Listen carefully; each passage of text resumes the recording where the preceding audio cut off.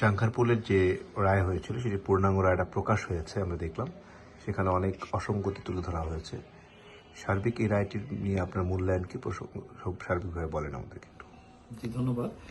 প্রথমত হচ্ছে যে এই রায়টিতে আমাদের বিজ্ঞ আদালত কিছু অবজারভেশন দিয়েছে, যে অবজারভেশনগুলো আসলে মূলত আমাদের পাবলিক ফোরামে এটা ওপেন হয়ে যাবে এবং ওপেন প্রকাশিত হয়েছে।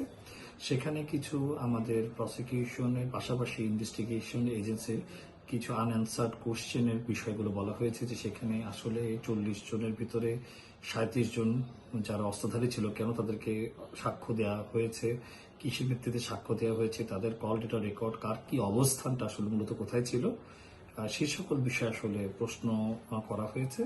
তো মূলত আমাদের এই প্রশ্নগুলো আমাদের তৎসংশ্লিষ্ট সিডিআর এবং অন্যান্য ইলেকট্রনিক উপাত্তের মাধ্যমে আমাদের ভবিষ্যতে পরবর্তীতে করণীয় প্রসঙ্গে আমাদের সংশ্লিষ্ট আইন মন্ত্রণালয় এবং স্বরাষ্ট্র মন্ত্রণালয়ের পরবর্তী এই অবজারভেশনের বিষয়ে আমাদের আইন অনুযায়ী ব্যবস্থা গ্রহণ করবে।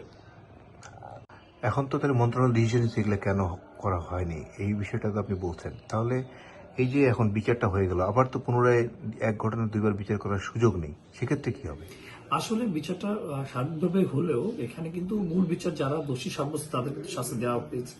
যাদেরকে আনা যেত বলে মনে করেন বিজ্ঞ আদালত, সেই প্রসঙ্গটা আসলে তুলেছে এবং কেন তাদেরকে আনা হয়নি এবং তার সাথে সার্কামস্টেন্সিয়াল যে সকল এভিডেন্স আসলে তথ্যপাত্র তদন্তে থাকা উচিত ছিল, সেগুলো দৃশ্যমান হয়নি বিধায় তারা এই প্রশ্নগুলো আসলে তুলেছেন, অবজারভেশনগুলো দিয়েছেন বলে আমি মনে করি।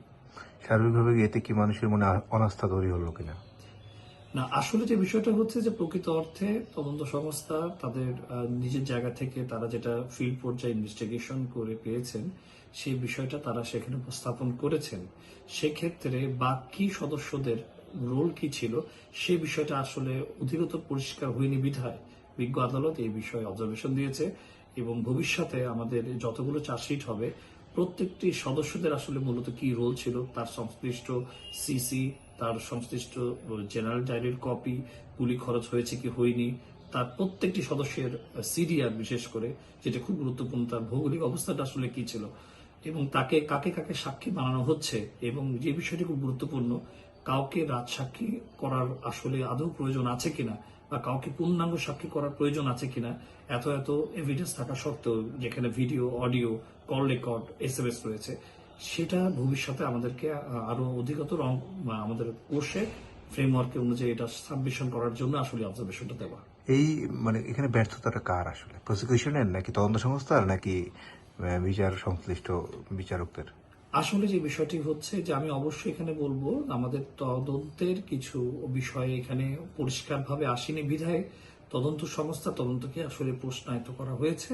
তো ভবিষ্যতে তারা শুধুমাত্র তাদের ফিল্ড লেভেল ইনভেস্টিগেশনে যাদেরকে তারা আসামি মনে করে, শুধু সেটা না, কেন তারা আসামি, কেন তারা সাক্ষী, তার সার্বিক যৌক্তিক ব্যাখ্যাটা আসলে পরিপূর্ণভাবে চার্জশিটে যদি না আসে, তাহলে আমাদের এই জাতীয় আনআনসার কোশ্চেনিং থেকে আমরা বাঁচতে পারবো।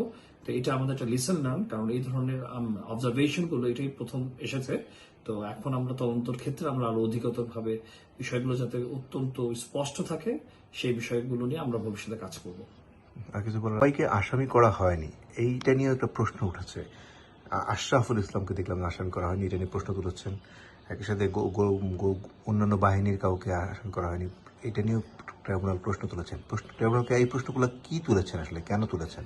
আসলে তদন্তে তাদের রোলের সম্বন্ধে আমাদের পুরোপুরি রিপোর্টটা সম্ভবত পরিষ্কার না হওয়ার বিধায়ের কারণে ট্রাইব্যুনাল এই প্রশ্নগুলো করেছেন এবং আমাদের এই টোটাল এই অভিযানের ক্ষেত্রে প্রত্যেকটি লোকের প্রতিটি সংশ্লিষ্ট যারা বাহিনীর সদস্যদের সকলের সিডিআর সহ তাদের আইপিডিআর এবং ইলেকট্রনিক ভৌগোলিক অবস্থান সিসি থেকে শুরু করে বিভিন্ন রকমের গুলির উপাত্ত, সমস্ত কিছু সামগ্রিকভাবে ফুটিয়ে যদি না তোলা হয় পূর্ণ তদন্তে, যার কারণে এই প্রশ্নগুলো আনঅ্যান্সার্ড এসেছে, যার কারণে তারা গভীর আরো অধিকত তদন্তর বিষয়ে আসলে মূলত স্বাভাবিকভাবে এই সামগ্রিক তদন্তটাকে মানে তারা আসলে আনঅ্যান্সার্ড কোশ্চেন হিসেবে অবজারভেশন দিয়েছে, যে অবজারভেশনটা নিয়ে আসলে ইতিমধ্যে সংশ্লিষ্ট মন্ত্রণালয় এবং আমাদের বাহিনীরা কাজ করবে এবং কেন এই কোশ্চেনগুলো আনঅ্যান্সার্ড ছিল, এটা কোনো দুর্বল তদন্তের প্রতিফলন কিনা এবং তদন্তের এতগুলো আনঅ্যান্সার্ড কোশ্চেনগুলো কেন ইনভেস্টিগেটিং অফিসার